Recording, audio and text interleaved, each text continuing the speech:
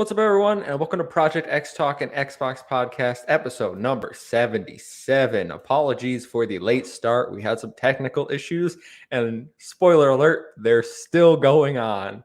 But I'm your host, Kevin, aka The Muffin Man, and today I am joined by Mr. Physical Copy himself, Ethan. How you doing? I'm doing great, Kevin. I'm in a good mood. We're gonna have a great podcast.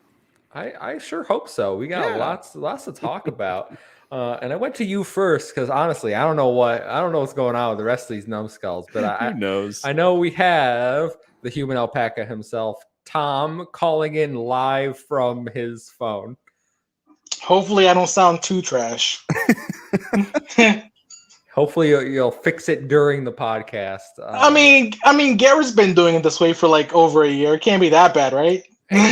He sounds better than you. I'm gonna be honest. Yeah. I don't know. Dang, what kind of phone are you rocking? What's wrong? I have an iPhone 13. It should be sounding perfect. The problem. That's the problem. Apple. Yeah. Apple screwed me. Inferior product. It's okay. We'll forgive you. The other voice you hear is the voice from the abyss, the double A man himself, Garrett. How you doing, buddy? I'm doing great.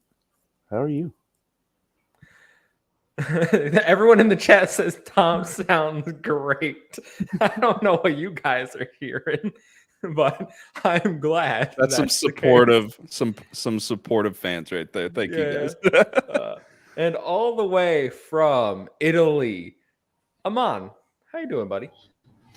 I'm doing good. Good to be back. Good to have you back. How's the pasta situation? I started squirting ketchup and mayonnaise all over my pasta. Don't even joke about that. You're gonna get deported. Why would you do that, Amon? Are you trying to get murdered while you're out there? Bro, I've got like 7 death threats already, so that's. And I'm the person who says I hate Halo on an Xbox podcast, and I got 7. Yeah. I assume Mimi is reacting to the disgustingness for the pasta. There's no way he's being real. Oh, guys, we're off to a great start. And remember, if you like the podcast, we're live every Thursday at 5 p.m. Eastern time right here on YouTube. If you can't catch us live, we post Friday morning at 9 a.m. Eastern time on all your favorite podcast service. And while you're over there, we'd love if you could drop us a rating, a review. It does help us grow, whether that's on Apple, Spotify, whatever you want. You know, preferably 5 stars, but go with your heart. Follow yourself. And if you leave us a 5-star review on Apple, we will read it live on the show. If you want to interact with us more, because after this, who wouldn't want to talk to us all the time? Come join our Discord. The link is in the description down below. And if you want access to all our content early, head on over to patreon.com/projectxtalk. And for $1 a month, you can get all of our content days, weeks, probably not weeks, days early. So shout out to Bucky Blue and Hopple for supporting us. You also get the Patreon shout out if you support us. A little more, that could be you. Your name could be up there next week. $1. That's all I'm saying. But now that we got housekeeping out of the way, time to start every podcast as we do by going around the room and asking one simple question. That question is, what you playing? So I'm going to start with Ethan. What you playing, buddy? I've been playing a ton of Tiny Tina's Wonderlands, a lot of it with Garrett as well, so I know he has a lot more to talk on it. Just another awesome game from Gearbox. I think one thing that we have to highlight here is that it came out very finished. We had some server issues the first days with the shift servers, but they weren't anything serious. But in terms of gameplay, graphics, all that stuff, this game has been running flawlessly on my Series X. I absolutely love it. It's just a great little bite-sized, Borderlands game. The story isn't crazy complicated. It's easy to follow. This game has made me laugh more than any game in a very long time. It's just an awesome experience. I absolutely love Tiny Tina's Wonderland. I'll probably do a review on it if nobody else wants to do it. Kevin, if you want to do a review with me, I think that would be pretty fun. I could rock that review with you. That'd be fun. Yeah, we could do like a group review on it because I know a bunch of us are playing it. And then the other game I'm playing is Microsoft Flight Simulator. I jump into that all the time every now and then. They just did an update for Spain and Portugal, which are really fun. You can go on more of those little cruising. I forget what they're called. They're like cruising missions where you spawn at like a cool location and go around and explore it in a little Cessna plane or something like that. So that's been an absolute blast. So yeah, just a lot of Tiny Tinas and a lot of Microsoft Flight Sim. Nice, nice. I don't know if I'm qualified to do that review. I played for like 2 hours the day it came out. And then since then, my experience has just been hopping into my brother's game and him carrying me and like boosting my level. So I Classic. actually haven't played the game very much. It's more of like a chat situation. And I'm Yeah. just kind of there, you know?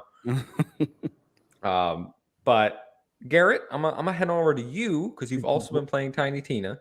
Yeah, well, I'll get the boring one out of the way. Continuing to play Civ 6. That game takes forever. Probably going to be in the Let's Play for another few weeks. But yeah, no, played Tiny Tina's. In perspective on how much I've played it, when you were at the 2 hour and 15-minute mark, I was at the 1.5 day mark. I've played a lot.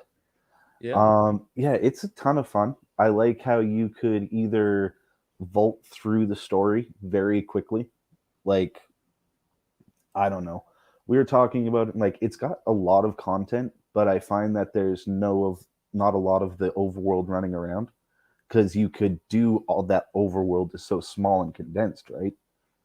You could get all the way from your starting town all the way to the last boss just running there if you have it all unlocked in like a minute and a half, 2 minutes on the Xbox Series X, just because of the loading.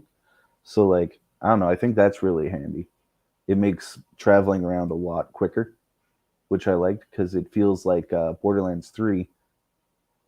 You could have cut up probably 6-7 hours out of the story if they just sort of had the same condensement, if that makes any sense.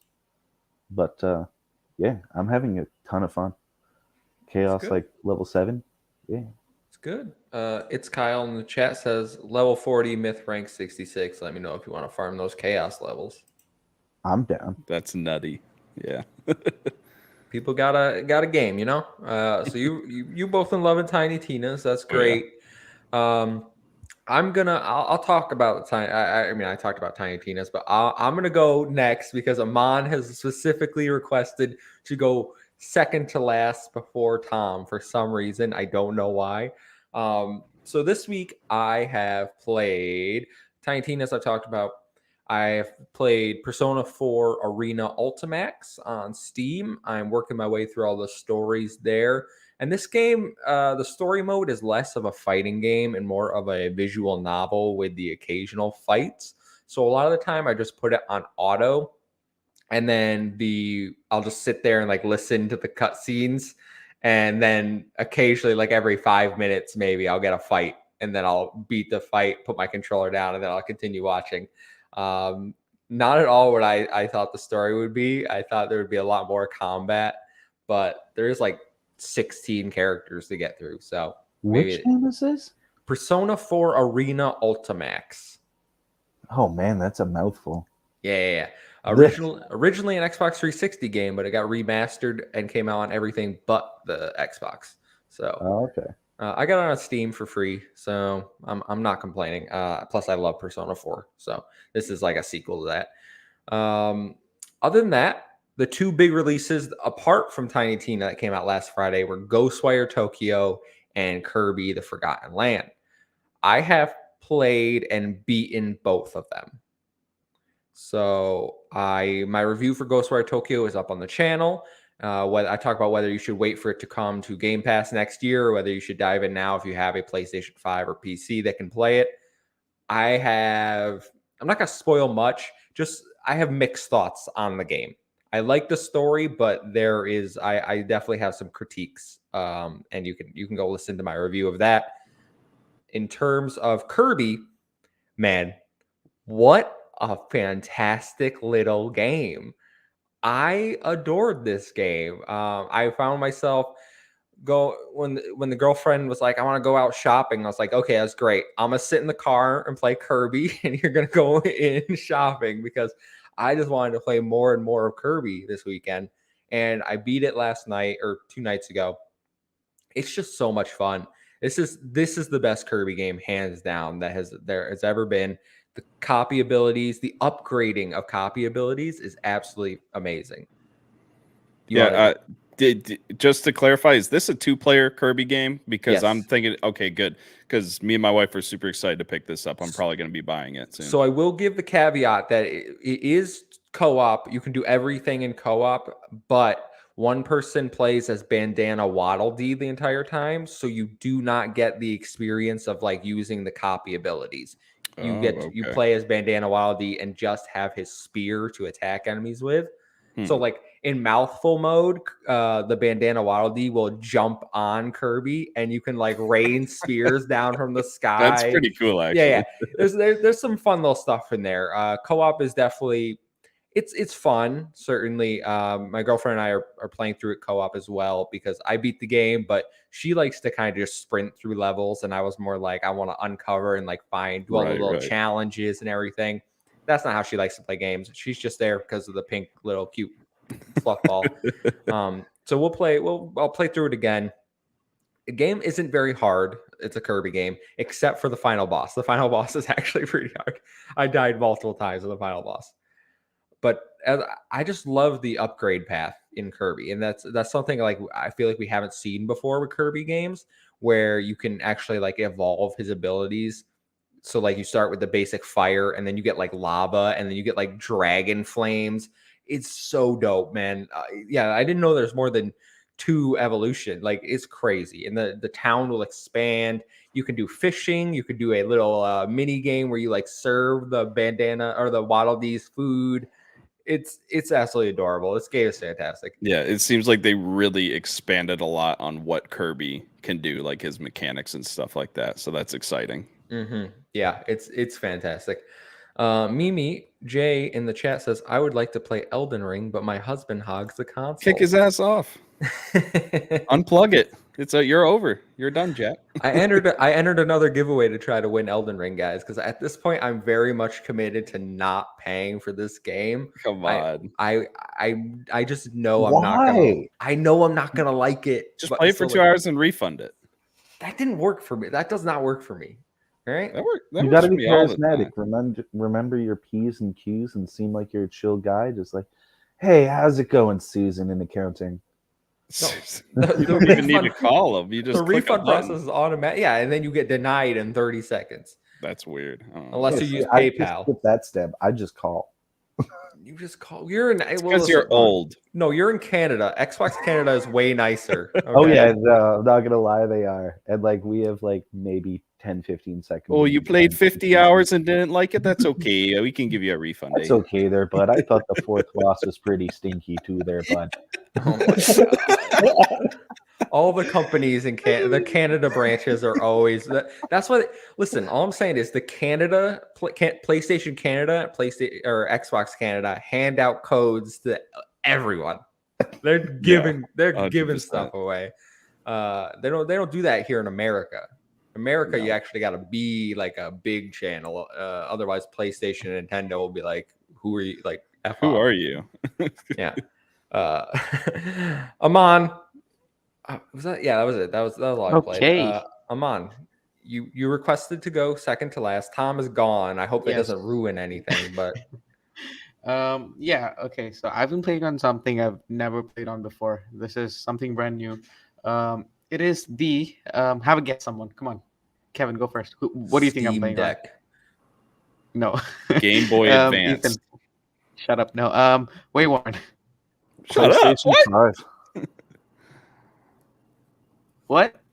He said PlayStation 5. Yeah. Oh, okay. Yeah, it's not those. It is actually the PlayStation 3. Why? Yeah, I've been having some.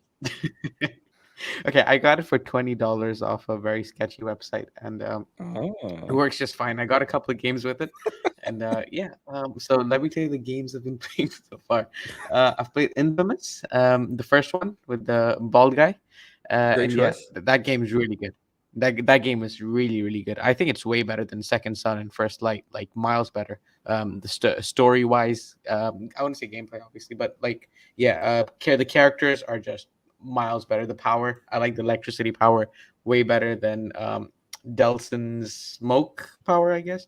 Well, but First Light I'm loving sucks. that game. I think I'm and pardon? First Light sucks. Second Son is really good. Oh yeah, First Light's like a 5-hour game. That sucks. Yeah, but like it's better than Second Son. Way better. And yeah, I've also been playing another game. I haven't played this game for a long time. It's Batman Arkham Origins. I think this is a Here we go. God damn it. Yeah, like, I think this but I is gotta an ask, why extremely don't, underrated like- Batman game. Obviously, I think it's the worst out of all the Arkham games, but damn, it is a good game. I think it has one of the best character reveals. With I can't spoil it, but yeah, it has one of the best character reveals near the end of the game. So yeah. Hold up, bro. Did you just say I can't spoil it to a decade plus old game? No, see, Kevin, you're gonna play those games one day. I know No, all the reveals, man. Yeah. Oh, you know the reveal? Okay. You, th- So yeah, you think I basically haven't Black watched Mask is- Yeah. you think I haven't watched a Yeah. We freaking also Watch know that Mojo Harry Potter video in my lives life? in the last Harry Potter Watch movie Mojo. too, bud. I'll be plot twist for But you. yeah, the Joker reveal was a pretty good one. I also really like Joker in this game. Pretty good. I think it's Troy Baker voicing him. Fantastic job, especially for like a 2013 game. Fantastic job. That's And yeah, awesome. that's That's all I'm awesome. saying. That'll, you know what? PlayStation 3. That'll I come see in. now. I actually like looking back at the games on PlayStation 3. I think I might like this more than the 360. No, we're not going to Alright, transfer this alright, conversation to the alright. podcast. You want to start Yeah. this? Because this will be a 2-hour long podcast if we're going to get into that whole argument. We'll do I that played, on a like, slow 5 news games. week. I played like We'll do I, that played, on I a slow remember news week. I beat like 5 games on the 360. So like, and then like just looking at the game selection now. That's because you were PlayStation 6 3 when the lineup looks way better. 360 was dying. Yeah. But Bro, no, like just looking at the game selection, the PS3's You missed games the catalog Guitar looks way Hero better. era. Yeah, Like, you I skip. can't with bro. Okay, this is we were just having this conversation in Discord. Mass Effect exclusive to the 360. Yeah, but BioShock then, like, exclusive to the 360. Just the first ones. The first ones. The worst out of both series. The worst games out of both series. First of all, Kick 'em. I'm smashing stuff. kick 'em. All right, this is you got We me can't. worked up. Mass Effect 3 is undoubtedly the worst, and Nah, BioShock 2 I prefer is 3 over undoubtedly 1. the worst. I thought 3 was better than 1.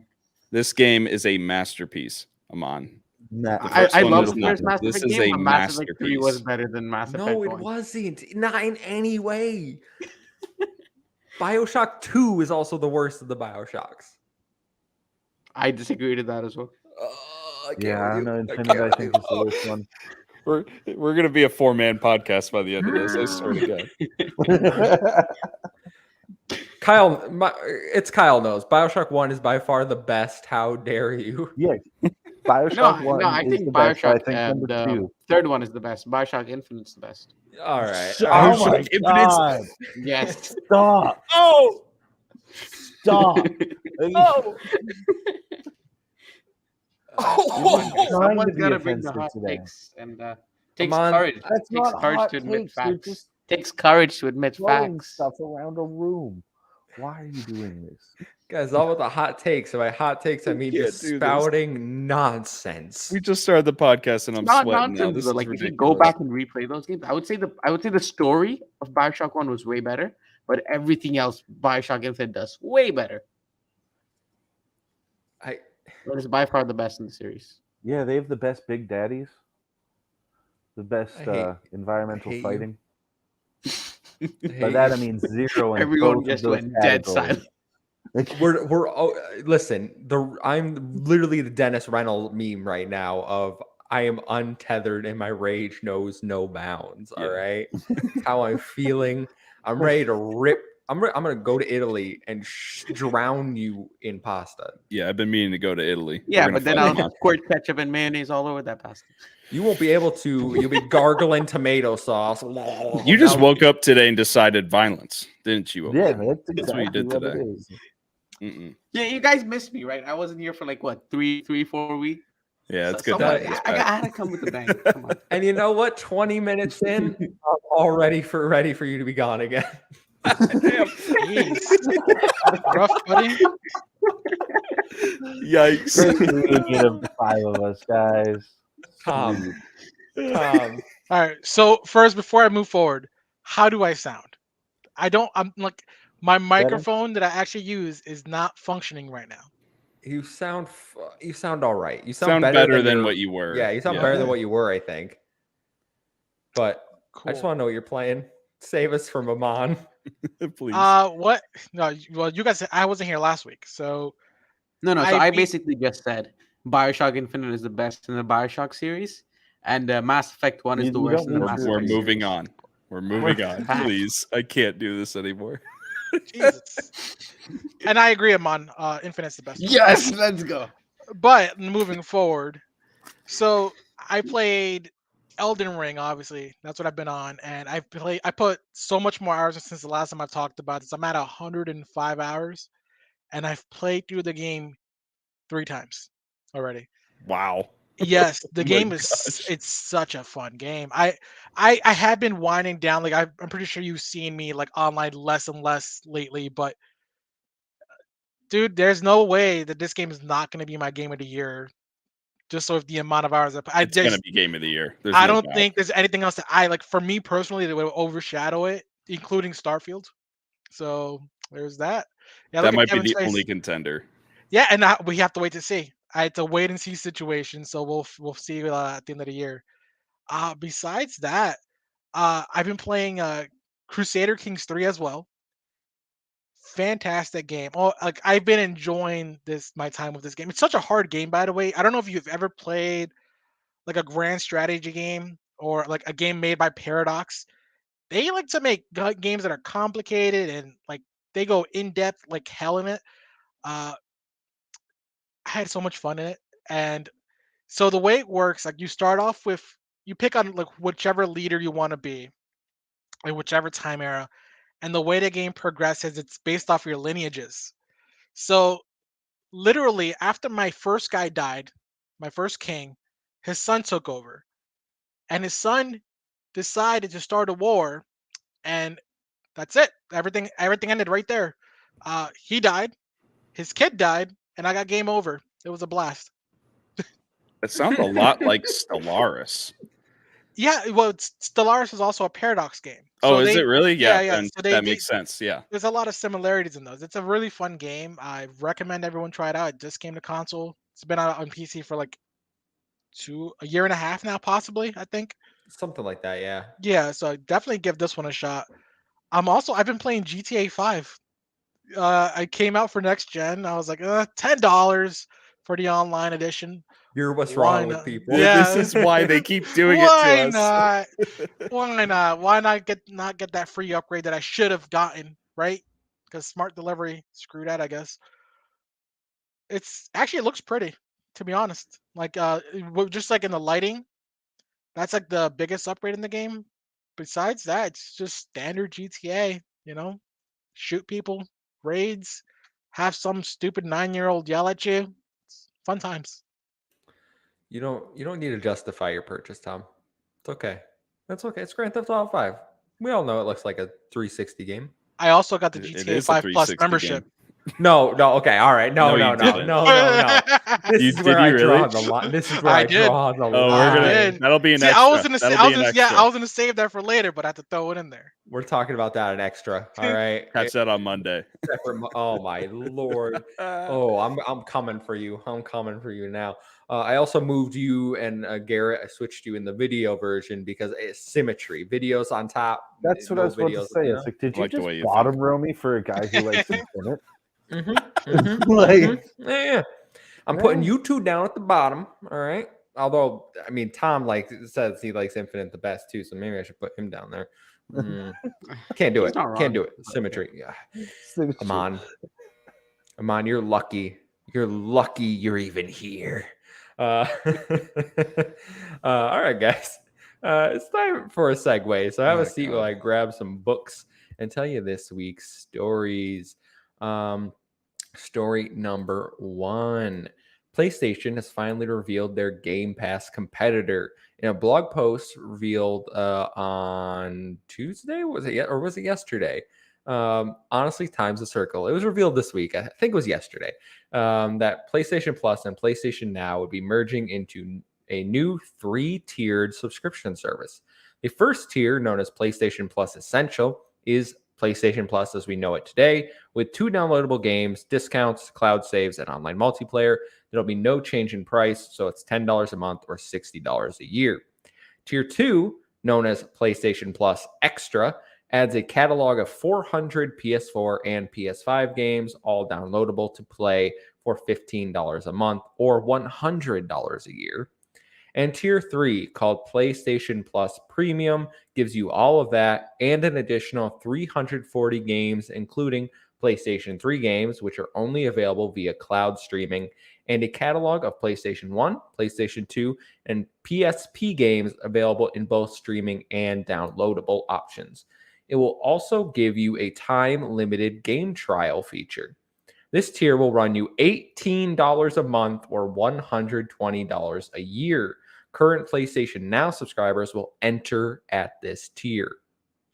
So, guys, we've heard the rumors of PlayStation's Game Pass killer, Game Pass competitor, and this is what they come out with. I'm gonna throw it over to you, Ethan, first. What are your thoughts on the tiers? We have some more to the story coming out, some words from Jim Ryan after the fact, but I just want your overall thoughts on the subscription service that they revealed. Yeah, I don't think this is anything that surprises us. I think most of us leading up to this thought that this was going to be the way they were going to go. It's just the biggest thing for me is I don't understand why they are making it so much more expensive to subscribe monthly. I feel like in the world of subscription services, most people pay monthly, right? I don't know many people that pay yearly. I'm sure one of y'all do here and there, but that was a little weird to me. And at the same time, splitting it up into 3 tiers, well, technically 4 tiers if we're talking about that other $18 a month one. I don't like that. I don't think that idea is very good. It just confuses players more. I think you need to direct people to be like, what do you want us to get? Because for Xbox, we all know it's Game Pass Ultimate. $15 a month, we get all the perks of everything. That we know what we have to do to get all that stuff. With the 4 different tiers, it seems really complicated and convoluted and unnecessary. It's just Sony doing a Sony thing. But at the end of the day, I think this is good for PlayStation players. I mean, this is a step up of what they've had. Obviously, there's issues with the PS3 ports. I'm sure a lot of people are a little upset that they can't just play natively on PS5 or PS4 consoles their PS3 games. That seems a little silly to me. Just put in a little extra work to do the ports. Xbox has done it. You guys can do it too. But overall, nothing crazy surprising out of this. And also locking demos behind a paywall, that seems a little ridiculous to me. Mm-hmm. And then I know a lot of PlayStation players who have been arguing about how, we get discounts. Xbox players get discounts too for Game Pass Ultimate. Let's clear that up first, because that was one of the biggest things on Twitter and on all the social medias, people saying, look, we get discounts. Xbox players do too. So that's even. Mm-hmm. I will just clarify, it is only 3 tiers, Ethan. It's Essential, Extra, and Premium.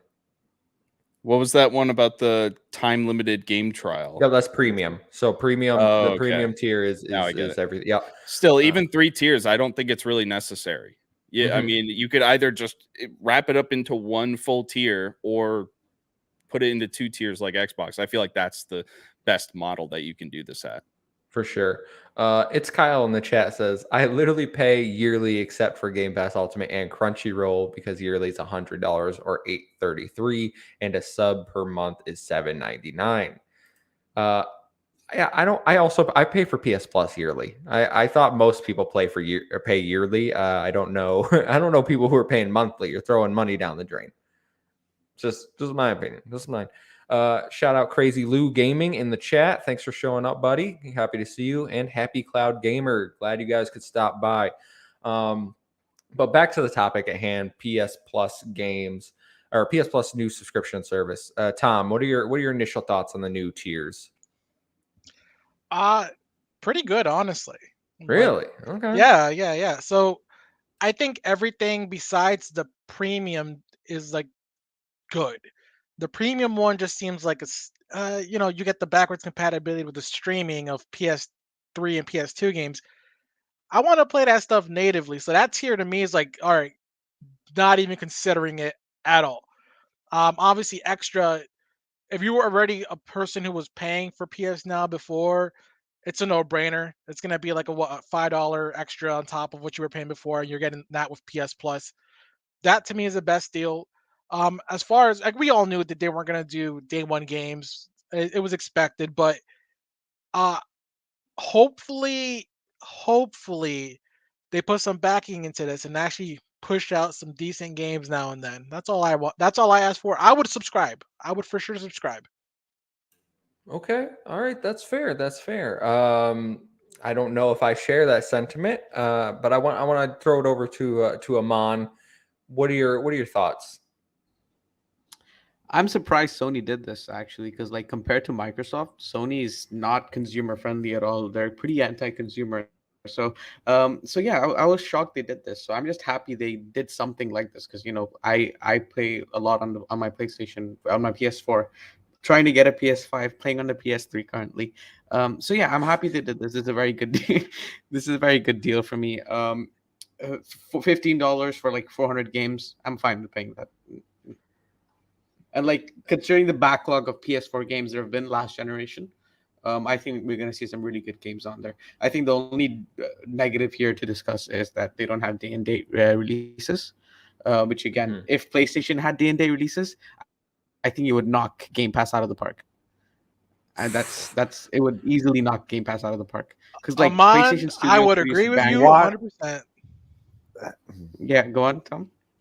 I agree with you. They have higher quality games that people love. I'm not even gonna lie. They just banger after banger. But they don't have as many. That's the thing. They don't have as many. Like Xbox has weekly day and dates, while PlayStation might have 3 or 4 a year. Oh, weekly. Don't take it that far, buddy. This last month, weekly. Yeah, but all right, see, guys. Again, the only good things to come day and day into Game Pass so far are Halo Infinite and Forza Horizon 5. All right, now you're just chatting garbage, bro. No, what is Amon doing today? I don't know. Psychonauts 2, Outriders, Microsoft Flight Simulator. I forgot about Outriders. I'm sorry. Take that. Outriders was a good game, all right. Despite See, if Sony had all their games from last year and this year so far come out day and date into their service, it would have been way better. Like Ghostwire Tokyo, Sifu, Horizon Forbidden West, Returnal, Demon Souls, Spider-Man Miles Morales. That's way better than you just named basically every game that has come out on PlayStation since the PlayStation 5. Yeah, but these games are way better. Will get day and date these when games. They come out these on 6 Xbox. games I just named are way better than. Yeah, are way better than Forza and Halo. I was gonna say you want to know. I want to take it that far. No, now you're on my crap list again. You want to know where you're getting Ghostwire Tokyo day and date when it comes to Xbox on Game Pass. Yeah, a year later. Thing with Deathloop. And Deathloop. Have you seen the state of games these days? Deathloop. It'll get most of the patches out. Thank you, PlayStation, for being my beta tester. Okay. And then, have you seen the backlog of games? I might get to it in a year and a half.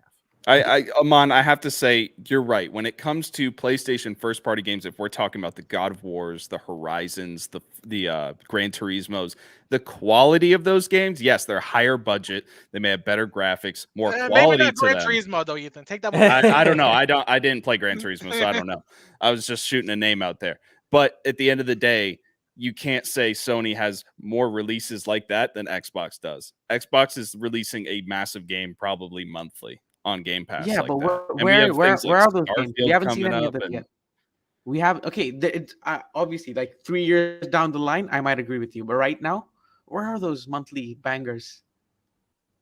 Bro, Xbox Game Studio was just named the best publisher last year. So you're telling me they won by a big margin. I disagree with that. I thought they were clearly second best.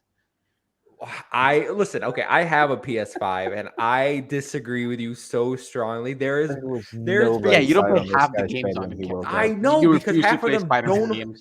I'm sorry. it's Kyle says it.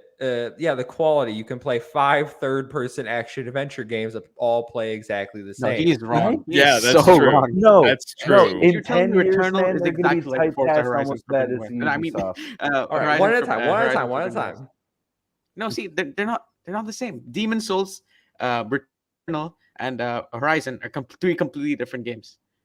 Yeah, Sure, okay, they might all but be third person, but they're completely different games. You telling me Okay. that they all play the same? That's nonsense. In general, most of them have the same formula. No, they don't have the same formula. They have the same, like you could say, design or like their artistic design is probably the same. I would say, Formula. but their gameplay, no way, no way. yeah, the gameplay of these Okay, critically you're acclaimed. telling me. Okay, now wait. It's Kyle just said in the chat. Because Horizon Forbidden West is underwhelming. It's the only reason it's underwhelming is because it launched the same month as Elden Ring. If Elden Ring didn't launch that and month, the crazy people amount of would have been talking bugs. about No, Forbidden yeah, and the West crazy a amount lot. of bugs. A lot. Yeah, but it still got an 89 Metacritic. 87. Yeah, 87. That's still very good. So It's as good as Halo. how much did Halo get Just again? throwing it out there. 87. 87. Oh, 87? Okay, yeah, I don't think Yeah. Halo deserved an 87. It was an 80 at best. What But, the We hell?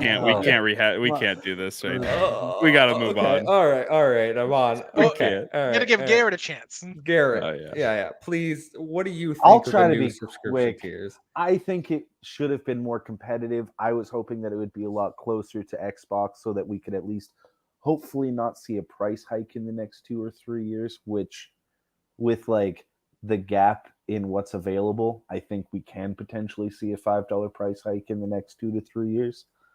And funny little thing, I was looking at IGN's thing today. I think it's funny how they left out a whole day one release category. I saw that IGN. Oh yeah, that chart. Yeah. I saw that. Mhm. But yeah, I don't know. I'll be quick. He tuckered me out. so is this as bad as I was expecting? No. No. Is it as good as I was expecting? Also, no. For me right now, I don't see a reason to subscribe at anything higher than what I currently have at PlayStation Plus Essential. But like you're literally getting 400 free games with extra. So here's my How much of caveat. that is fluff, though? No, exactly. Here's my caveat. So we need to see the catalog, and I think Crazy Lou in the chat is saying that what games do they offer? Is the service going to do? Is it going to rotate the games? Will exclusives have a discount? For me, I literally need to see the catalog because I am concerned that when they said that they're merging PS Now into PS Plus, that they meant that literally. Because if you take the 400 games from Extra and the 340 from Premium, it's almost the exact number that is currently in the PlayStation Now catalog. If they are literally taking the PlayStation Now catalog and putting that as the catalog, I do not want that. That is not worth the subscription. Yeah, okay, that's fair enough. Yeah. Because as someone that's had a PlayStation Now, there's not much there. There's some good PS3 classics, don't get me wrong. All the Sly Cooper games, all of the Ratchet and Clank games, like you can stream them, which I'm not happy about. I don't want to stream the PlayStation games. I do think we'll see, we already know there's going to be a few new entries, like Returnal, like Miles Morales, Spider-Man, and that we're going to have PSP games. I think that could be a big draw because I did not have a PSP. So if you put games that appeal to me and you refresh the library from what it is now, then yeah, maybe I will subscribe at the extra tier. Maybe that's where I stay, like Tom was saying. Maybe that's the good point because then I get the PS4, the PS5 games that I will play more than the old games. But I could jump into Premium if I see that there's old games and they consistently add them. And then I'm like, oh, hey, a Tales game that was on the PS2 that I never got to play. I'm going to subscribe for a month to Premium, play that, knock it out, and switch back. That is where I see the appeal for that tier. Yes, Ethan. The other thing with this, I think, in accompanying this announcement, they really should have started highlighting some of the main points of what their catalog is going to be.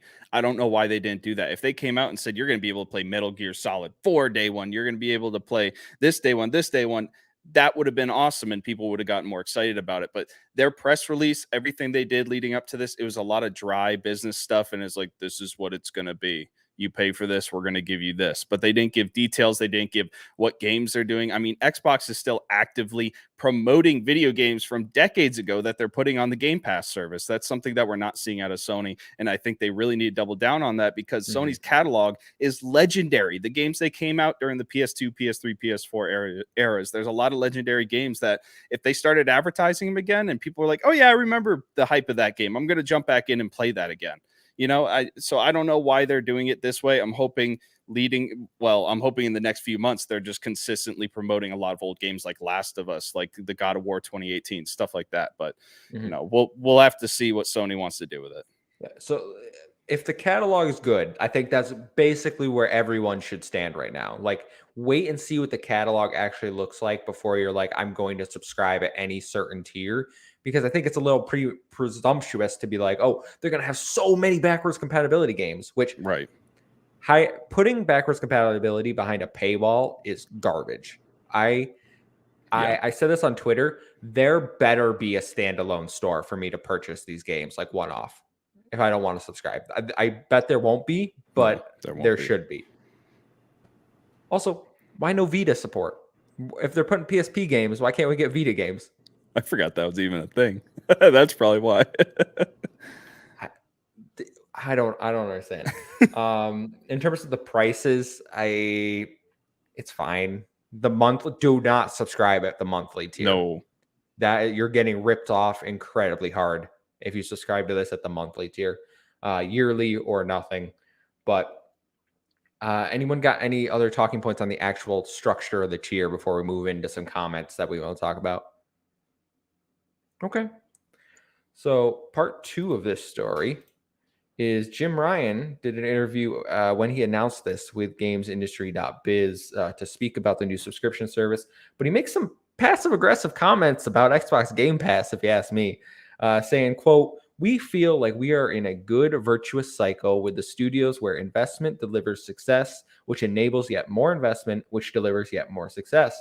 We like that cycle, and we think our gamers like that cycle. In terms of putting our own games into this service or any of our services upon their release, as you well know, this is not a road that we've gone down in the past, and it's not a road we're going to go down with this new service. We feel if we were to do that, the games that we make at PlayStation Studios, that virtuous cycle will be broken. The level of investment that we need to make in our studios would not be possible, and we think the knock-on effect of the quality of the games that we make would not be something gamers want." However, he clarifies that this is just their current position and could change in the future. Tom, you sent this to me, so I'm going to start with you because from where I'm sitting, it basically seems like he's calling out Game Pass and being like, you put your first-party games in the service because your first-party games aren't as good as ours. Yeah, and it seems like a low blow. And honestly, what I feel like the reason is because not necessarily because of the quality of the games, because I think the quality of your studios will stay the same. It's just the fact of the matter is Sony doesn't have as much capital to be able to risk putting all their first party games after they spent so much money producing them. It would take forever to return. Even right now, Game Pass wasn't making money for a couple years, right? So I don't think that Sony can even afford that kind of loss. So can we see it in the future, like Jim Ryan, was possibly, alluding to, possibly down the line if a lot of people are subscribed to the service and somehow, Sony makes it big in terms of like winning the freaking jackpot. But no, it's a low blow. The quality of the games on Game Pass from like the day one releases they're comparable. Obviously, they won't publisher of the year, like you mentioned in the last story, or the same story, I think. But yeah, so that's all I got. Okay. All right. Well, I got to go to Amon next since he's feeling feisty and talking about how great PlayStation is, which PlayStation is great. Don't get me wrong. I love me some PlayStation. They make some good games. They make some games that everyone else seems to love. And I'm like, I don't like these at all. But Amon, what do you think about Jim calling out Game Pass here? He isn't wrong. Oh my god. I mean, Okay. Oh my like, god. I'm serious. No, Dude, you guys, start playing on a PS3 out of nowhere, Right? and your entire perspective changes. This is his villain arc. No. He's Yeah. it's his heel turn. See, like, I'm genuinely serious. You guys are blinded by biasness. I'm not. I'm a No, neutral. don't say that I'm a before I neut- say my point, because you're gonna like No, my point. I'm a new. Okay, fair enough. But like, I'm a neutral gamer. I love both consoles. I love Xbox for what it is. I love PlayStation for what it is. Kevin, stop lying. You don't play half of PlayStation's games. Yeah. I do think Jim Ryan's right. Right now, at the moment, comparing the quality of games PlayStation have released so far with the PS5 generation compared to what Xbox has released for first party, PlayStation's quality has been way higher. You I think the don't only even one have a that- PS5. Bro, I've seen gameplay, all right, but like if the only one that would probably be able to compete, in my opinion, is Forza Horizon 5. But everything else is just nowhere near. They're just nowhere near that level. Maybe 2 years, 1 or 2 years down the line, sure. I think Xbox can probably do even better than PlayStation is doing right now. But at the moment, no. The quality is not better.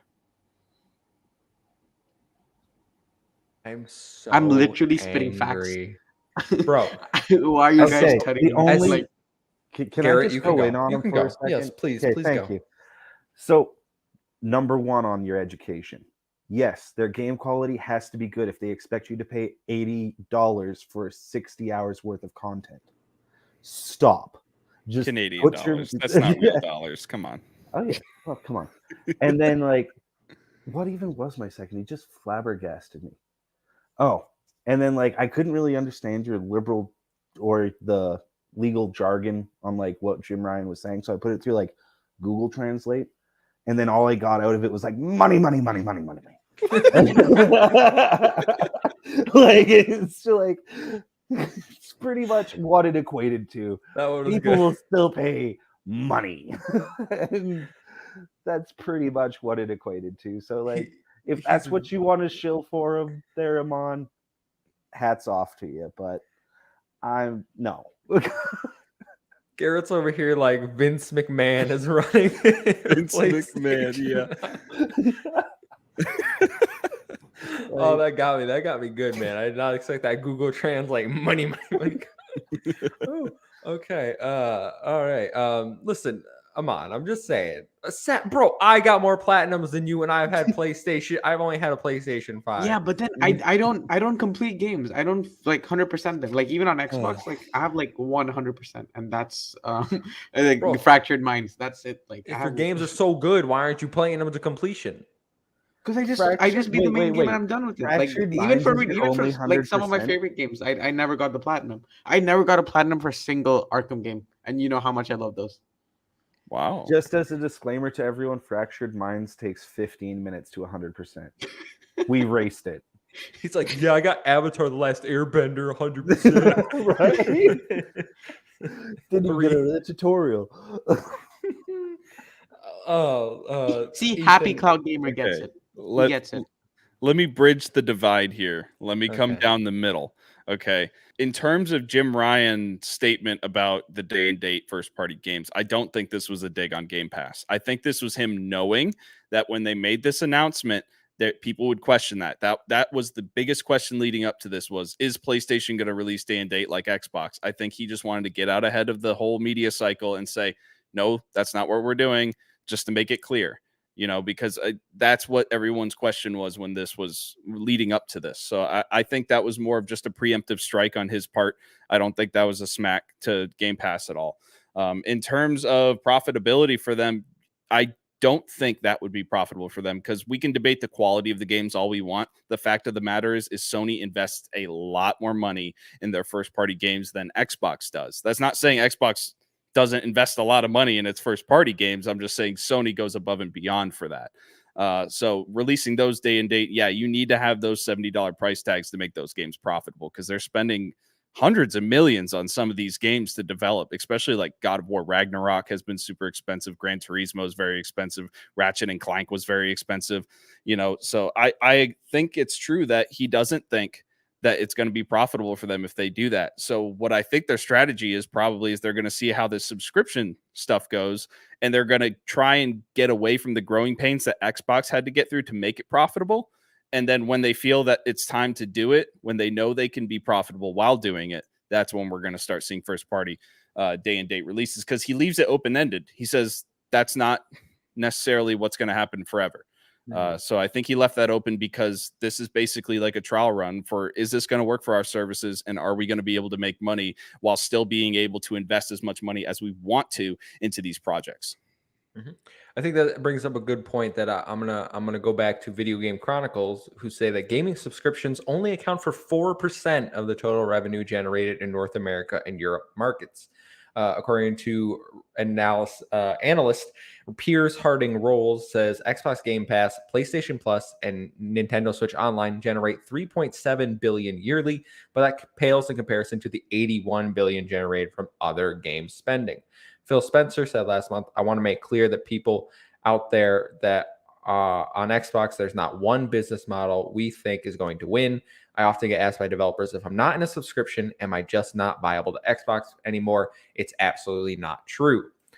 This comes also off comments from Jim Ryan, who was talking about he doesn't believe specifically subscriptions are the future, saying he doesn't think gaming will go the way of Spotify, Netflix.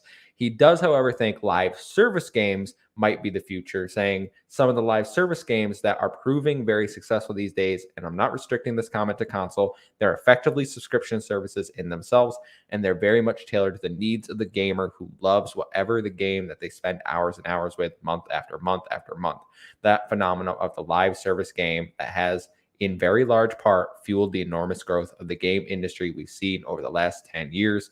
I think that trend towards live service will continue. And if you look for a model in our category of entertainment, which supports sustained engagement over a long period of time, live service games arguably fit the bill better than subscription services.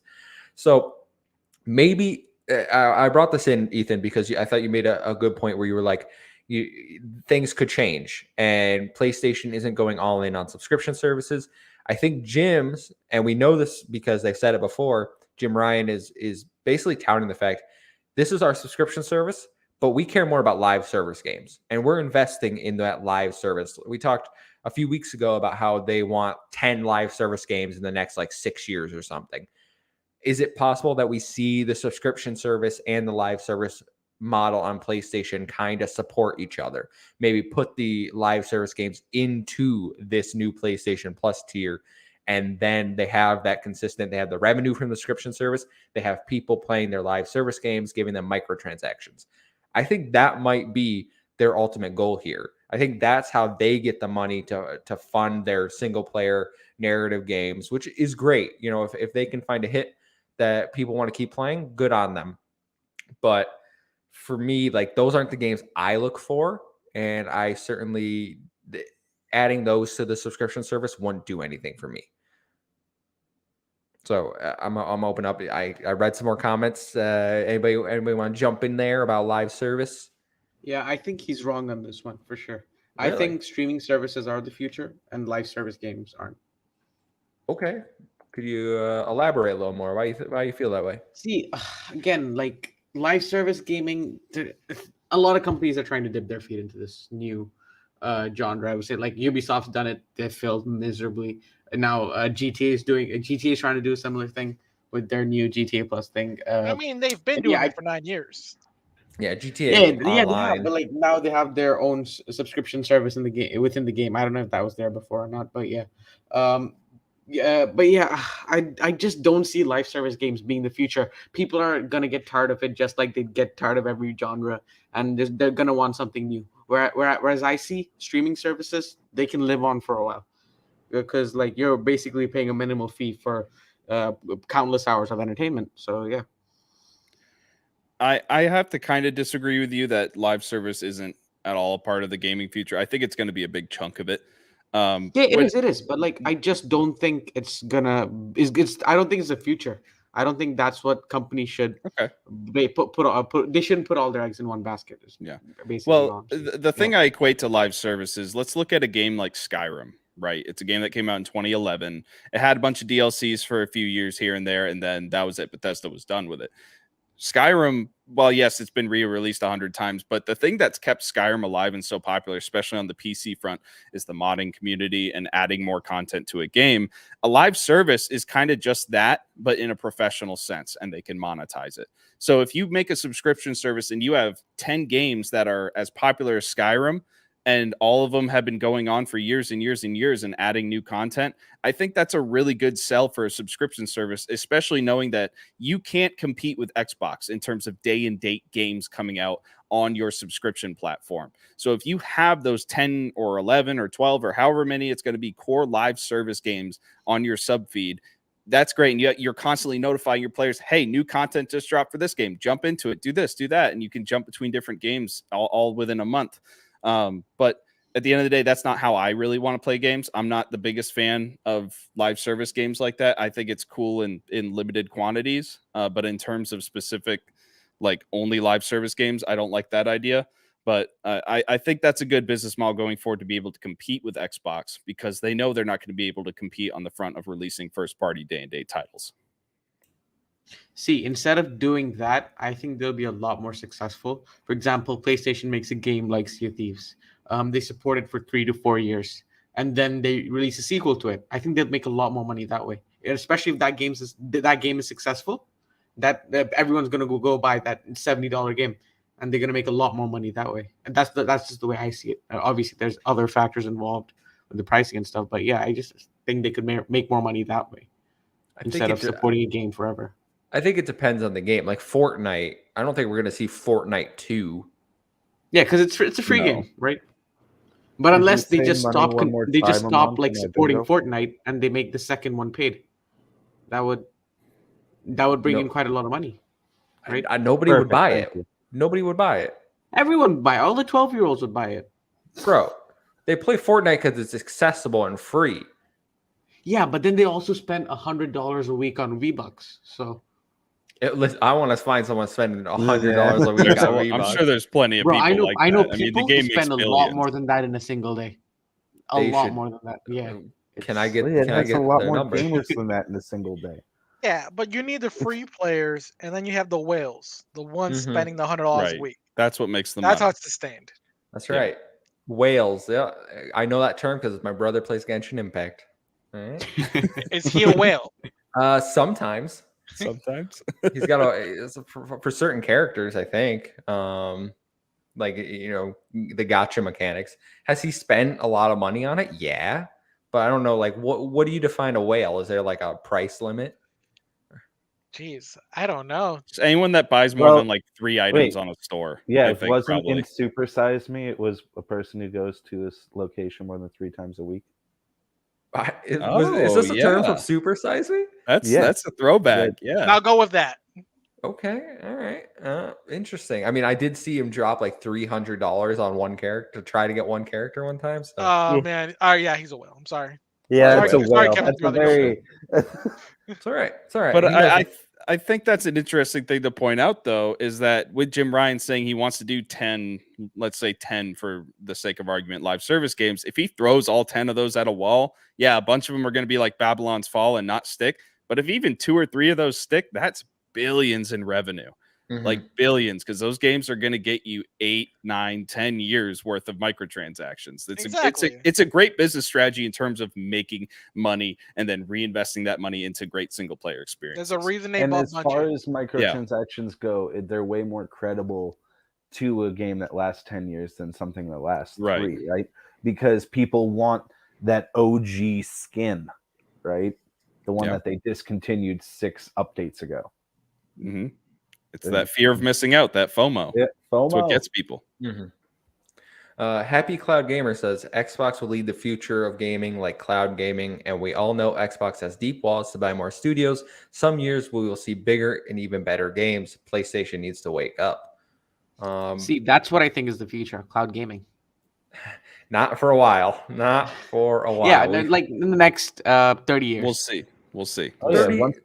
Once Microsoft sets up the Oasis, so we could all Ready Player One it, That's Hold when on. we'll One get of it our right. stories later on is about this, so we can save it. Yeah, I'm literally waiting for this is about cloud gaming, but like VR. Like my brother and I always say, the only thing we're interested for VR is if it could be like Sword Art Online, where we literally lay in bed, put a headset on, and like our consciousness go. Like that is what I'm looking for. I don't care about the Beat Saber over here. All right. That's a terrible analogy for something that you want. That's like It's an awful no, thing. No. That's dope, bro. You want to get trapped into a virtual world and No, die not in the the real world? trapping part, but the actual game. That's what the whole part. show You'll is. wake up with all of your family scarred because they had to See, look I after your actually, body for the actually last put in 3 years some in a thought to bed. this. Like what it would be like, you sleep for 8 hours a day. Instead of Mhm. sleeping those 8 hours, you're sleeping in the real world, but your That would be cool. subconscious is That in would- the other that world would be for those 8 awesome. hours. That would do Dope. That would- horrible effects would on be your great. thought system. I would I would love love it. that. I'd be gaming Yeah. all night. It'd be great. That Wake would up be refreshed. amazing. half the human condition or half the human population enters psychosis I mean- within a week. Elon Musk, Neuralink. Yeah, I don't I'm trust with you, man. that guy with my Yeah, brain. I can tell you that no. much. Not him. Maybe Phil Spencer. I'll trust in my brain, but not Elon. All right, guys. Let's move on to story number 2. Jez Corden at Windows Central revealed today that Xbox Game Pass is going to be getting a family plan option later this year. While no exact details have officially been announced, according to Jez sources, the family plan will let 5 accounts utilize Game Pass for far cheaper than paying for 5 separate Xbox Game Pass accounts. Details we need to know still. Will there be separate family accounts for PC and console Game Pass? Will the family plan allow every account to utilize Game Pass Ultimate? Obviously, pricing. But it is good to know that one of the most requested features is apparently on its way. I'm gonna go first because I think this is amazing. I game share with my brother and he pays for Xbox Game Pass, but we have like my friend and his wife, they have a Game Pass and they game share. It would save everyone a lot of money if you could get your 4 friends, put them all on an account and split the cost. And I was doing the math, guys. All right. Even if they were like, this family plan costs $500 a year, that is still $80 cheaper than an Xbox Game Pass Ultimate account for one person. If you divide it up by 5, you would save We can do it. $80. 5 of us. No, I'm sorry. I'm taking. You're gonna have to find someone else. And I'm not going with you, Amon. according to After Jez, you're it has to. prattling Wow. today, no. Wait, stop. Why, Garrett? Why aren't you going with me? Do we need to Where does rehash this thing go? everything? Yeah, like I think you could go back an hour and 2 minutes. Just press play. You can have enough references there. Yeah. Happy Cloud Gamer in the chat says, I'm so glad coming from a dad with 3 kids. I think exactly, like right now you're able to share with one other person. This will open it up and just make everyone save so much more money. Like, first of all, I can't see them pricing this at $500 for a family plan. So it's going to be cheap, like when you divide it up amongst everyone. I don't see where this is bad. The only thing I'm wary of, if they go the Netflix route that they're trying to do right now, and like if you're not actually in the same location, then they're gonna like screw you over or something, because we see Netflix trying to do that. That's my only concern. But for me, this is fantastic. Ethan, what are you thinking?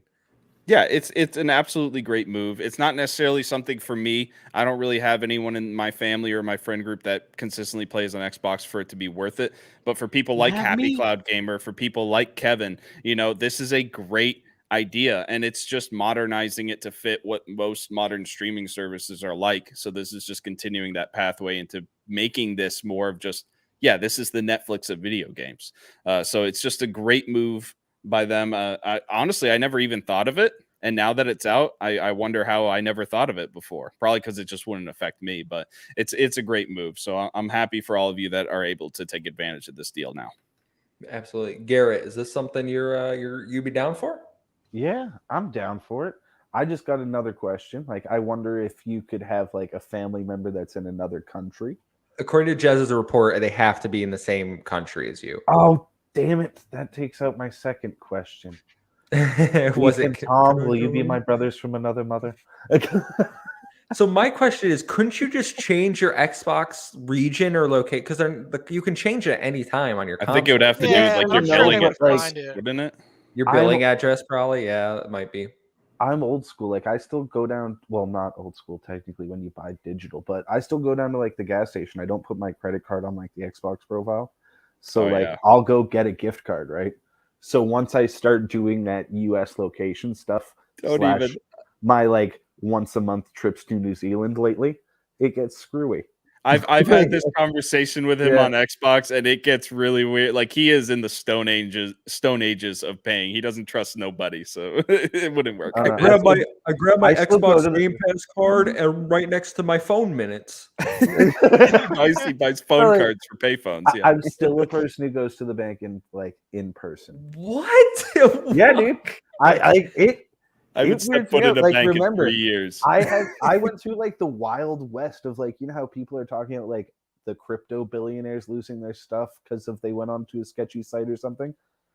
That was like that for online transactions for like the first 5-6 years. I don't know if you guys were around for that, but yeah, I developed a non-trust of money. I'll go down to a building and be like, "Hello, Susan, who I'm giving my money to. If this isn't there tomorrow, you guess trust who I'm Susan. coming back to talk to." Yeah, I trust a person over trusting a line of 1 and 0s any day of the week. Fair enough. Coming from the AA man himself. Classic. Does everything the AA way. You know? The least efficient, most time consuming. Hey, I still use AA batteries too. They're great. Don't even start. Bro, you're killing the Yes. Whoa. Yes. Whoa. They're biodegradable now. I looked it up. You could save so much money if you would just buy a battery pack, though. Yeah, but then I gotta charge it, and I might forget some No, days, it's and be not. like, now I gotta hook up the cord. Just get You know? Yeah, It's not that. It's that like once you get a battery pack, they're in use, and then you're always 1 or 2 short. You always end up having to go get a AA battery that's non-rechargeable anyways. You go 2 or 3 years down that cycle, you lost 3 or 4 of them. You have 6 battery banks around your house. No, you're just going to go back to the AA. I buy a bulk pack of AA's like this thick, and it lasts me like 6 months, so I'm good. I don't need to worry about it. Or I have had the same rechargeable battery pack since 2013. It just goes inside where the batteries go. How long does it last? Like 14 minutes? Yeah. Huh? No, it lasts days. That's nuts. That is insane. And wow. when it Send me dies, the brand. when it dies, I just plug my controller in and I keep gaming, and it charges wired while I controller. play. Too much work. Yeah, no, that's I haven't unacceptable. had a wired controller since like Bro, Nope. Are you 360. You're right. I'm gonna go spend $26 on a pack of AA batteries. Okay? What? Yup. Oh my lord! I can't with you people. Tom, I don't even. What's the family plan? Ah, yes. Neat. It's neat. It's not as good as what they all like showed years ago when they first announced the Xbox One. They had like an amazing plan where you can like share games between people. That was dope. That was a cool idea. This is not as dope, but it's cooler. I mean, I'm sure. I don't think they'll do more than like $25. I would say probably monthly for the family. It's good if you have a big family, have a lot of friends, group of people that you're willing to do this with, and don't let anyone leech off of you. I'm letting you guys know right now. If you do this, you make sure they pay, or you punch them. That's it. Whoa! We don't condone violence here, unless I do. Unless your name's Will Smith. Okay, so okay. Even that I don't condone. I don't condone what he did because I think he was in the wrong. Warning. But I think he was in the wrong, but that's just God. me. It's Kyle. Every time I have to give a person my information, I worry they'll steal everything I have. I don't trust those real people. I don't know what you're talking about. Are you talking about me? Are you talking about I trust computers more than I trust humans. I'm just gonna say that. Or are you talking about like when you pay bills and things, like like when I have to pay my insurance agent over the phone and they're like, "What's your credit card?" Yeah, then I can see that. Yeah, this might be someone scamming me really, really well. But Bucky Blue, they have rechargeable ones made for the Xbox on Amazon, by the way. Yeah, she wants me to get rechargeable ones too. I refuse. Nope. Comes in a tiny Xbox Series X charger. So cute. Yeah. I think you should. So just do it for him and throw out his double A's, and just force him. Please. You Just can't force throw him. out good double A's. I grew up in the early 2000s. That's like gold. You can't throw away double A batteries. Come on. So you know what needs to happen is a snow. Oh, you live in Texas. I was gonna say a snowstorm, and she gets rid of all the double A's. Except your almost dead ones right before a snowstorm, and then you're trapped with no batteries for the entirety of the snowstorm. You can't play anything. DoorDash. Yeah, that's what DoorDash. You're gonna DoorDash things in when the the middle of a power's- blizzard. You are a monster. People are out there working, hustling, making money. I might as well give them some money, you know? Are you kidding? I'm Just give him a big Canadian. tip. I fully condone waiting for a blizzard to make sure that a 16-year-old brings me my pizza. You're gonna how I earn that roll. tip. You're gonna earn that tip. That's You guys are. You guys are. to make sure it's competitive. That's awful competitive. All right, so I'm podcasting with Mussolini and Stalin over Oh here. my goodness. Amon, family plan. What are your thoughts, buddy? It's pretty cool. If anyone's down to do a family plan with me, hit me up. He did say it's only within the country, by the way. So Yeah. none of us can Nobody help do it lives with in you. Italy. Oh, I Nobody sorry. lives in Italy. Yeah, You no. know, come Oh, to New God. York and then we'll talk. Yeah. Oh yeah. Well, Exactly. I won't talk with you, but like someone else might in New York. Who wants to start a family with me? If you pay for the whole thing, yeah, for sure. Phrasing. Hit me up. Amon. At Amon_M05 What on was Twitter. that? Who wants to start a family? Like, I was taken aback for a couple seconds. Like, please let there be a part 2. It's like, I'm gonna be a great dad. Like, I think you're a little young, but okay, man. Whatever you want. Moving quick. Oh, all right, guys, that's great. Stay tuned for more details about the family. I just need to plan. go grab some milk, guys.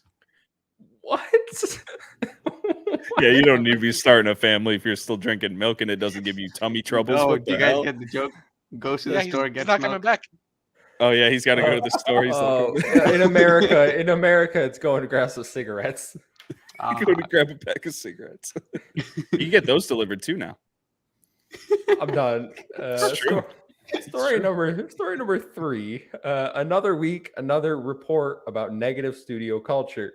This time, the report is about the creators of State of Decay Undead Labs. In a report from Kotaku, 12 former and current employees speaking to the outlet complained about a variety of issues at the studio, some of which include sexual harassment issues, being ignored by the former head of HR, women being dismissed and ignored during meetings, and that the current studio head fast-tracked his friends for hires.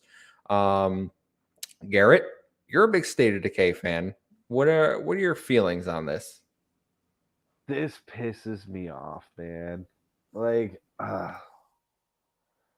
can't people just go to work and do their friggin' jobs I know, in an right? unbiased way? Like, why is this still a thing? Like, I'm just tired of it at this point. Mm-hmm. Keep your hands to yourselves, respect everyone in the office, and get my damn game out. It's not that hard. Like, the only thing in this that I don't think that was too insane, just because I am slightly the logical, controversial guy I'm on. Take notes. But, like, I can't, like, it's not raising too many eyebrows if a person fast-tracked a couple friends. That's about it. But the rest of this, hot garbage. Garbage. Which I will say, Microsoft denied that he did that. He said they have review processes for that kind of stuff. Okay. So then, like, all right. But, like, other than that, hot trash. Like, do better. Like, Tom. Oh, sorry, Garrett. Oh, no, you're not some big AAA Activision Blizzard dude when you could hide in bureaucracy. You've made 2 zombie games. Tighten your shit. Sorry. You're right. Passion. Tom, what are your feelings on Undead Labs? Honestly, I read this story and I forgot what the context was. What was the bad thing they did? If I can't remember, it probably was not that bad. Former head of human resources ignored some sexual harassment claims, allegedly. Women said that they felt ignored and their voices were not heard during meetings. Apparently, people were rude to them, like told them like, "I'm surprised a little girl like you is working here." Just like sexist comments like that, and then just some general like the former head, what's his name? Stain, Jeff Staines, Shireen, whatever. He put out that statement yesterday we read where he answered Kotaku's nonsense questions. And they were like, he wasn't around as much before he sold the studio. He's like, yeah, I was moving. Like my wife and children were across the country. I wasn't around. Like, yeah, I understand that. So, I mean, be better. That's all I really can say. As far as like a lot of these are just allegations, but you know, I also feel like we live in a world where a lot of people are sensitive Nancy's all the time, and that's just the way it is.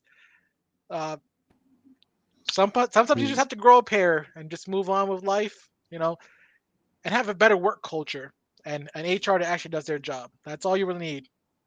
You get that, and you're good. Yep. In terms of the HR thing, Microsoft, I believe in their statement said that every employee, or I think it was Matt Booty said every studio, if they feel that their HR at the studio is ignoring them, they can always go to Microsoft Human Resources as well. So they do have avenues to go higher up. Again, alleged things that were going on at the studio. Ethan, I'm gonna throw it over to you. Yeah, so this story, first of all, is way too long for the content. Yeah. It was a lot of fluff just about the history of Undead Lab. Yeah, it wasn't a well-written article, and it didn't hit the points that it needed to hit. From what I've gathered from this novel that I read, basically we had some really bad apples who were being scumbags at this company, and we had an HR director that just didn't do their job well. It's maybe not that she condoned this stuff. It's just that she was a bad HR director. And from what I've seen, she's gone. And from all the employees that they've interviewed, they actually highlighted in the article that they said things are getting better. And then a few of them said things are perfect now. I love working here. So this seems to be more of a non-issue. This seems to be kind of I know the founder came out before this whole story dropped and was said, hey, I got these weird questions. This seems like it's going to be a hit piece. Let me get out in front of this and answer all the questions so the whole public can do it. And I recommend everyone go view his side of things.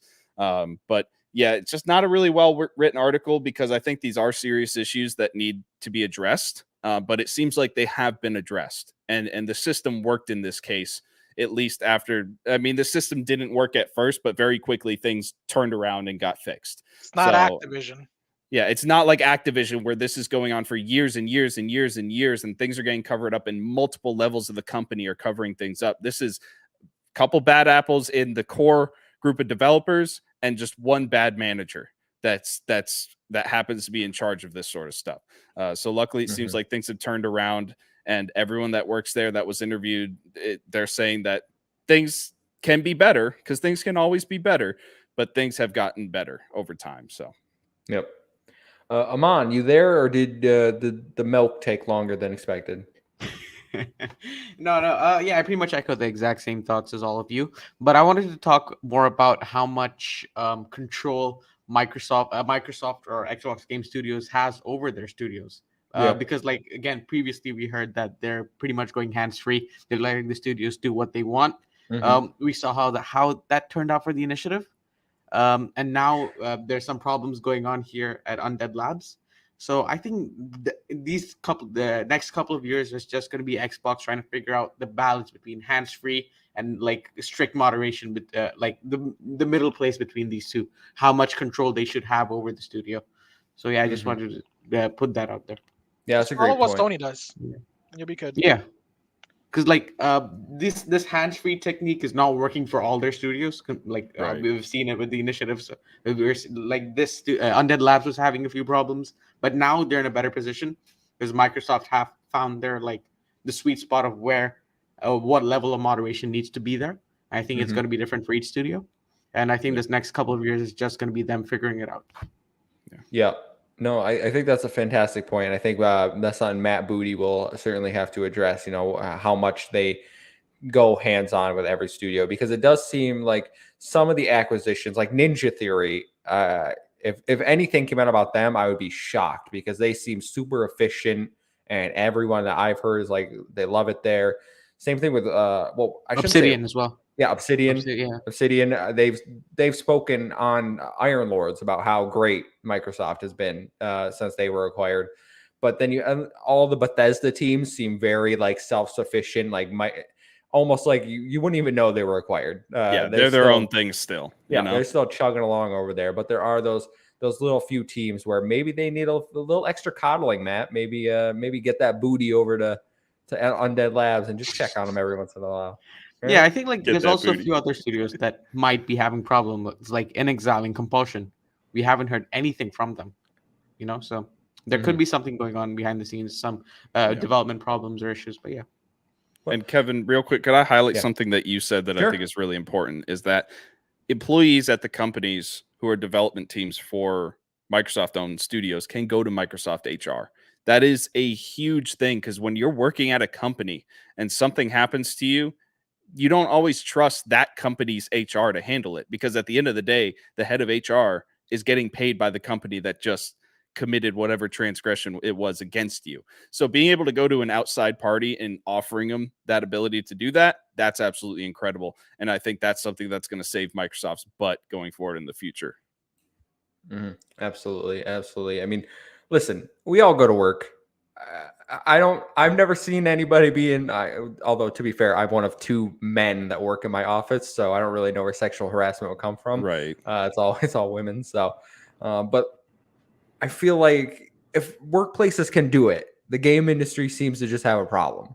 So like sort it out and just do better. Like Tom said, do better, and make Garrett's game, because he's getting angry. All right. Yeah, it's taking forever. Hurry up. All right. Story number 4, guys. This comes from Chris Scullion over at Video Game Chronicles. Xbox has unveiled a new publishing division focused on, quote, cloud native games. Announced by Microsoft at GDC, the division, quote, works with studios to develop cloud native titles and bring them exclusively to Xbox ecosystem. The division will be led by Kim Swift, who, as we reported on last year, joined Xbox as cloud gaming director. She states the division's goal is to, quote, partner with world-class game development teams to develop cloud-native games to bring unprecedented experiences to players that can only be achieved with cloud technology. It is important to note that this does not simply mean streaming games using the cloud, but actually using the cloud to process certain parts of the game, such as physics, lighting, and more. So, I think you want to go first? Well, no, I was just going to say a good example of this is the tech test for Crackdown. Crackdown, yep. Yeah, that's like a good what they mean by that, just in case anyone's wondering. So I had to look that one up too. I was like, man, this is a new catchphrase. They're using it a lot. Mm-hmm. And everyone knows when a new catchphrase comes out, we need to go find out the new definition. But yeah, it's a lot of the tech that's going in behind it, which I think is exciting. So that means that like Xbox could, in theory, like Halo Infinite number 37, you could start to see a group version of let's all get off the ring because it's blowing up together. I think that would be insane. Yeah. So no, yeah, they did use this for Crackdown at one point to illustrate like the destruction of like environments. Yeah. It was all processed during the cloud. So it has been used, but now they're trying to put it on full game experiences. So Aman, you love cloud gaming. You think it's the future. What are your thoughts? Okay, I don't love cloud gaming right now. That's not what I've heard. But like, yeah, I can easily see it being the future in like the next 30 to 40 years. It's gonna replace console gaming, without a doubt. Whatever. But yeah, I'm liking Microsoft's continued devotion or efforts to push for cloud gaming. They clearly want to be the first in this market, as they were with Game Pass. Phil Spencer is really planning ahead with this stuff. So yeah. Okay. Tom, I'm gonna throw it over to you next. I mean, it's good that they're going to keep investing into, obviously the cloud and cloud infrastructure. As far as like what they do inside the games, I I guess it's cool. I guess the biggest implementation of this is probably Microsoft Flight Simulator right now. That's the best example we have. So it obviously does work, and if you play it on PC, I don't know if you could do it on Xbox. On PC, you can do it without the cloud, and you just have like the world downloaded, but it doesn't look as good because it's like a really low textured version of everything. So it obviously works. So as get more investment in it is great. Like Happy Cloud Gamer says, he loves cloud gaming. Let's go. Way to go, buddy. Yeah. Also, one more point. Sega's also developing a game on Microsoft's Azure cloud or something. They announced something last year. Sega are developing like a massive game using Microsoft's cloud technology, and there's also rumors that Kojima is making a cloud-based game for Microsoft. So I think this could be, more developers could just come in and use the technology, and those games could, Microsoft could use Game Pass as a negotiation tactic or something. Took the words right out of my mouth, man. I was literally going to bring up, as soon as I read the story, the first thought I had was Kojima's cloud game that he pitched to Google Stadia is finally going to get made, because it seems more likely than ever that he's going to work with Xbox on some cloud gaming, because they're pushing these initiatives. So that's a great point. Ethan, I want to get your thoughts on the cloud. Yeah, it's really exciting. This is what would get me into cloud gaming. If you started developing games with the sole purpose of making them look good on cloud services, this is what would make me play them. Because I'll go to Tom's example. He was talking about Microsoft Flight Simulator. I play Microsoft Flight Simulator fairly regularly. When I play it on cloud, no, it's just not the same. It's not good. I have to download it and play it natively on the Series X. It's just not the same. But if they were to shift focus to cloud gaming when they're developing these games, I think, it would help me move more into that market. So for now, there's not a single game that I would rather play cloud than download. And I don't see a point in playing, especially Game Pass games on the cloud. It just doesn't make sense to me. Yeah, it's convenient. I'll hop into a game real quick, play 5 minutes, see if I want it, and then I'll go out of it and download it and play it natively on my Series X. That's basically what cloud gaming is to me right now. So, I'm hoping good things come out of this. I'm excited about new tech. I think it'd be cool to have a future where you could just click on a game and just start playing it, any game on your console, without having to download stuff and it be the same quality as a natively run game. Do I think that's necessarily going to be what it's like in the future? No, I don't think you're ever really going to get it to the point where it's going to be as good as a natively run game. Yes, you can develop games for cloud, but are they going to be as good if you developed them to run on a console? That's the thing. Are we sacrificing quality for the sake of ease of access on cloud services? That's what worries me. All fair points. I think things certainly need to improve before cloud becomes like a big focus in the gaming industry. We're slowly but surely making improvements, though. So it'll be exciting to see what happens. Happy Cloud Gamer is going to continue to be happy, I imagine. Let's move on to our last story for the day, guys. Story number 5. This comes from Jordan Midler over at Video Games Chronicle, who, Jordan, you teased the Sony news, and I didn't get no Sony news. All right, buddy? Nope. But as revealed in a new blog post from Xbox's General Manager of Content Curation and Programs, Chris Charla, Xbox Game Pass has paid indie developers more than $2.5 billion in royalties. Also adding that the total revenue generated by ID Xbox partners on Xbox almost doubled over the last 3 years. While recognizing the growth and success of ID Xbox, Chris recognizes that the program and team still have a lot of work to do on the discoverability front.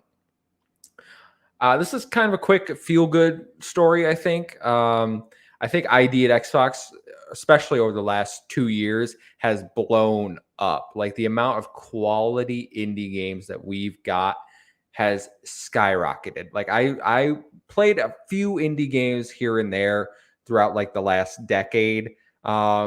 Before the last 2 years, like, the big ones like Celeste I popped into. Like, that was one. I was like, okay, I'm going to play that because it's getting a lot of praise, critical reception. But I don't know, man, since the last 2 years of Xbox ID at Xbox, I feel like the quality of these indie titles has just skyrocketed, and we're just getting more and more. It's almost like when you see a month full of indie games on coming to Game Pass, it's like, okay, like I'm not even disappointed. Like these are probably gonna be some really good games. Feel free to jump in. Yeah, it's absolutely incredible. I played more indie games this last year than I have my entire life, and it's opened me up to a whole new genre of game, a whole new idea of gaming, and it's just incredible. And I'm pretty sure these indie developers are making more money than they ever have being a part of the Xbox ecosystem like this. So it's incredible for them. It's incredible for the gamer. It's so exciting to see. I know I just played Kraken Academy, which was an indie game. I 100% of that. I just played a Memoir Blue, which is an Annapurna published game, which was absolutely incredible. I mean, like I said last week, when we thought of indie games way back in our youth, we were thinking of Flash games on Newgrounds.com. It has completely changed. These are legit video games that can go toe-to-toe with some of the AAA studios, and it's absolutely incredible to see. And it just creates so many amazing experiences for a gamer. Yeah, I like what you said about like them actually being supported as well. So a lot of it's like a lot of these Xbox developers or like indie games back in the day, like even like during the PS3, 360, I want to say that's when they started getting their bigger resurgence. A lot of those studios dropped off like really quick. But that's because like if their game flops, that's it, and no one's buying it. That's one of the best like things about like Game Pass right now and having that extra support by Microsoft. These studios are able to produce those quality games that they've been doing before, and actually have that extra like safety net and still make money because they're still selling these games on PC half the time. So it's great for them. Like for example, I'm excited for Scorn. That's one of the Xbox games, and I followed him on Twitter. I'm always keeping in touch on that one, and there's a lot of good games. There's really a lot of good indie games. Don't sleep on them. Whenever you see them, like there was 12 minutes that was really good. A couple like last year, I think that was. What was that? It was good, Kevin. I don't like no. Games they bad. That was bad great. Game. Bad game. It was good. It was good. Nobody Saves the World this year. Play that. Nobody Saves the World. That's what I was thinking. Yep. I was like, what was the action RPG when I played? You got to pick the like, different characters, like the different classes. Yeah, good game. Play it. Don't sleep on any games. For sure. Garrett? Well, there's not too much to add. I don't know. We're getting up to the hour and a half mark. ID at Xbox is like, I don't know. I love it. I've been playing it since like Subnautica, I think was like the first like slightly indie title. I don't know. That's sort of like a AA game to me. It's just not a AAA studio that doesn't really make it an ID. Started as indie for sure. Yeah, it started as indie. Yeah, definitely moved into AA, but like, I don't know. I've always had a hell of a lot of fun in there. It's always like in between big AAA games. That's where I hit up my indie department. But yeah, I don't know. Over to you, Amon. He did it for me. What a nice guy. Yeah. So yeah, as Ethan said, last year I probably played the most indie games I've ever played. Before that, I probably played like one a year at max. Dodgeball Academia is one that stands out. Oh, dope What a fantastic game. What a fantastic game. Nobody Saves the World was really good as well. I don't know. Would you guys consider Hades an indie title? Hades is an indie game, yeah. Yeah, for sure. It's crazy. It won indie game of the year. That was my game of the year. That was not. Year. That's just my game of the year. Consider it one, but it is. Yeah. Oh, yeah. It technically is though. Like I know it doesn't. Deep Rock Galactic. That's another game that comes to mind. So yeah, I mean, that was you show me how to play that game, and I'll say I'm entertained by it. Yeah, I don't know how to play lots that of game. people But who are again, fans, I've seen streamers play it. It looked fun. Garrett, you never played Deep Rock Galactic? I feel like you love that game. We played through it when it first came out, but then like I tried it with you guys not too long ago, and like. Yeah, you and me played. Yeah, and they won't tell me how to do the tutorial because it's like you already know everything. It's like, dude, I played for 6 hours out of like the first week of this being in game preview. This is not the same game. I need a tutorial. They just dropped me in this black asteroid with bugs crawling at me and stuff. I don't know what's happening. Look for the pretty rock. That's it. Yeah. You basically get an objective, and then you have to find the objective in the cave somewhere. You get this really obscure 3D map. You got to like dig through the ground. You got to go all over the place. Like there's a map. Yeah, there's a giant 3D map. That would have been so much more helpful. Yeah, I think it shows like some of the objectives are like find the eggs that are hidden in the walls, and it'll literally on your map will have a blinking we gotta circle. game sesh that. That game's dope. I played that game a ton with my friends. There was Really also Death's Door. That was also another really good game. amazing indie.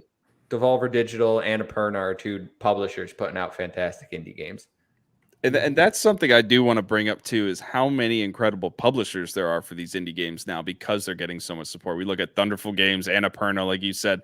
I mean, there's a lot of huge publishers. They're putting on their own showcases. We're seeing more indie stuff in this scene. Yeah, that's Devolver Digital, sword, though, because like the biggest conglomerate besides like some of the big names right now is the Embracer Group, and that's all indie games.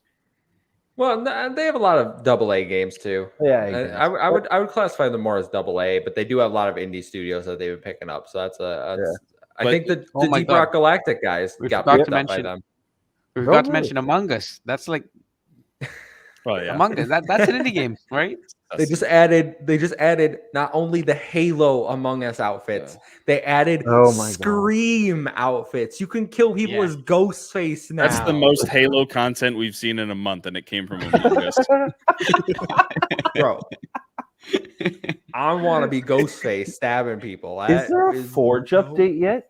No, that's never Season 3, man. Season 3. Man, Season they 12. got me to get a whole new game off the presumption that zombies will come one day. I always said it, guys. Halo Go play had to be Master Chief delayed. Collection. Halo had to be delayed. No, it just needed to not be 343. Okay, all right. We're We're not piling on Halo. All Die right? on that hill. Campaign's still great. Yeah, Going at me. great. But yeah, campaign's awesome. See, they always do Not this. co-op, They but either, it's like, awesome. They either do Next really story. well in- Next story. There ain't no more stories. No, That's let me all we finish, got let me for the finish, let me week, but finish. Go for it. They Go excel for in it. one department, but they always screw up in the other one. Like Halo 5 multiplayer was amazing, but campaign It was was ass. okay. Amazing. No, is it a was bit campaign stretch. was ass. Campaign was ass. Multiplayer was amazing for Halo 5. Yeah, multiplayer was really good. Like Sure. from what I've heard, I haven't played it obviously, but like from what I've heard, it was really good. Halo 4, the other way around. I heard the campaign was really good, and then the multiplayer was bad. And here again, campaign both was are really bad. good. Multiplayer was really bad. I hated Halo Infinite multiplayer. I'm dying on that hill. It was one of the worst multiplayers I've ever played. All right, but that's because you Bro. sucked. At the Yeah, game. you There's just a trashed difference. that. I was like- pretty good. I played with you The guys. I played with you foundation of guys. I Halo got the 5, second highest Halo kills. Infinite, it's good. Ethan was top. I got the second highest kills. No, Right? I I did remember worse. playing with you guys. I No, didn't Ethan play- was top. I remember you that. didn't I play remember. with me. I remember that. I was Ethan was going nuts. first. I was second, and I think Tom or Garrett were third. I don't care after that, but I was second. Yeah. I never played with you because when I was playing, all right, Garrett's over there 2-26. Oh yeah, it was. Garrett was rough on Halo Garbage. Infinite. I was leading the scoreboard. Ethan or Tom was right. He's the Not first getting person invited I'd go back. to for grounded, but Halo Infinite, I don't know about that. Yeah, like any sort of world building crafting game that actually requires knowledge, not skill. I'm your guy. What, you call me That, stupid? Huh? Wow. All right. That's how we're going to end this podcast. And on that note, plugs. Garrett, where can they find you? Maybe 6 feet under after Ethan's, but no, you You're can find done. me on You're done. Twitter and Xbox Way1G. Amon, where can they find you and all your nonsense? You can find me on Twitter at Amon_M05. Currently taking family applications, so hit me up. Ethan. You can find me at WhiteCedar1 on Twitter and Gravy3448 on Xbox. Tom. Alpaca Tom on Twitter. I'm actually on it these days. Keep my feed toxic. You can find me at the Muffin Mons at 179 and 077A. Follow us at Project XTalk. Stay up to date with all the latest videos. Thanks everyone for stopping by. Make sure to like, share, subscribe, rate us on your podcast service you're listening to right now if you made it this far. If not, well, why didn't you make it this far? But we'll see you next week. Goodbye. Peace.